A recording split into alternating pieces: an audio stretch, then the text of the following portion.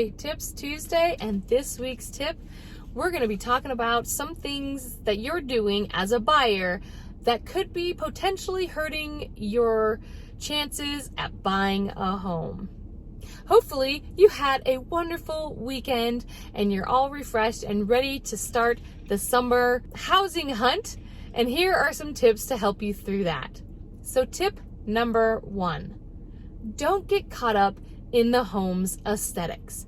It's easy to walk into somebody's house and be like, oh my God, that wallpaper is horrendous. And then say to your real estate agent, you know what, this house needs about $50,000 worth of renovations just so it can get up to par.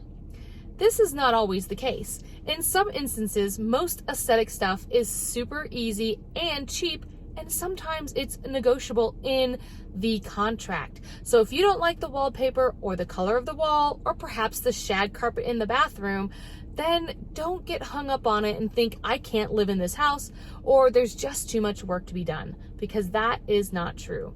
You need to come in with an open mind and an open palette and just go through and look at the home's potential. Even walls can be moved so that you can have a more open living space, or walls can be added if you want to have a more enclosed space or separation of space.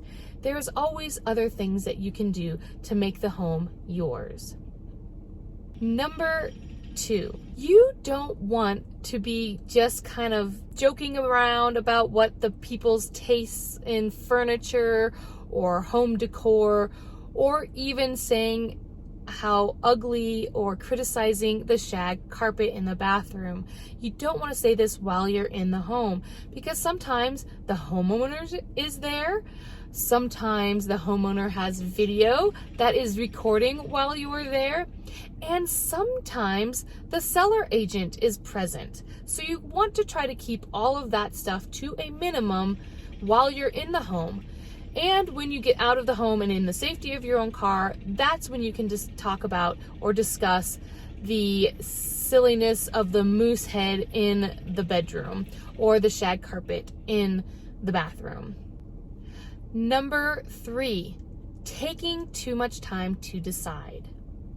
In a hot seller's market, like it is in most of the country, and especially here in Colorado, you don't want to see a home on Friday and then take the weekend to think about it and give your offer on Monday. Because at that point, there's probably been 10, 50, could be even more than that offers on this home.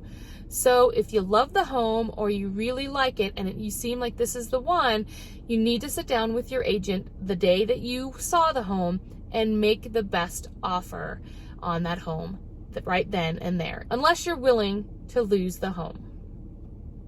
Number 4, ignoring what the sellers want. It is really easy to, as a buyer, to just think as a home as another commodity that you're buying. But it is completely different in the real estate world, because even though you are buying something, the seller gets to choose you as the buyer. So if you don't take into consideration their motivations for selling the home or other things that they're looking for in their contract, or if you talked with your agent, your buyer's agent, and they've discussed some of the seller's desires, then you're probably going to miss the boat on getting that home as yours. Sellers are motivated by different things. They're not just motivated by money. Some sellers are, but some aren't. So if there is some kind of sentimental value to the home, the seller really wants to be able to see that in the buyer, as if this is, especially if this is their first home, they want the buyers to love that home just as much as they did when they first bought it. So you really need to take in consideration some of the sentimental value that a home provides people, and especially the sellers. Number 5, don't talk to the other team. You might think that you're doing yourself a service and helping the deal along if you talk with the homeowners or the seller's agent. But this is just a no-no, because even though you think that you might not have revealed some information, there are times where you might reveal too much information and damaging your ability to negotiate at the selling table. So for example, if you're relocating and your company's giving you a huge relocation bonus, you don't want to disclose that, because then the sellers will know that when you're nitpicking at stuff through the inspection, that they know that your company is paying for the moving costs and the inspection costs. So you don't want to try to disclose that, because then they're not willing to budge either. So you want to make sure that you're not discussing any kind of things with the other team. If you want to ask questions, go through your agent and the agent will go to the seller. And number 5, don't lowball the counteroffer. If the sellers don't like your original offer and they're willing to counteroffer you, then you need to actually take into consideration their counteroffer and not just nitpick it and say no and lowball the counter offer, because you're just going to start going back and forth, and you'll either frustrate the sellers and they won't budge at all, or they'll just say thanks but no thanks and move on. So in a hot seller's market, you don't want to try to be that person who is going to try to lowball the offer, because in this market it's super hard to do that. So you want to be considerate of everybody in the process. You don't really want to overpay for the property, but you definitely don't want to be a Scrooge about it.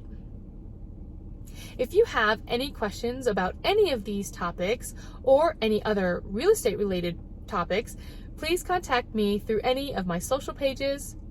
And if you enjoyed this video, please press the like button, subscribe, and hit the bell notification button so that you can get these great videos into your email box every week. And until next week, have a wonderful start to your summer.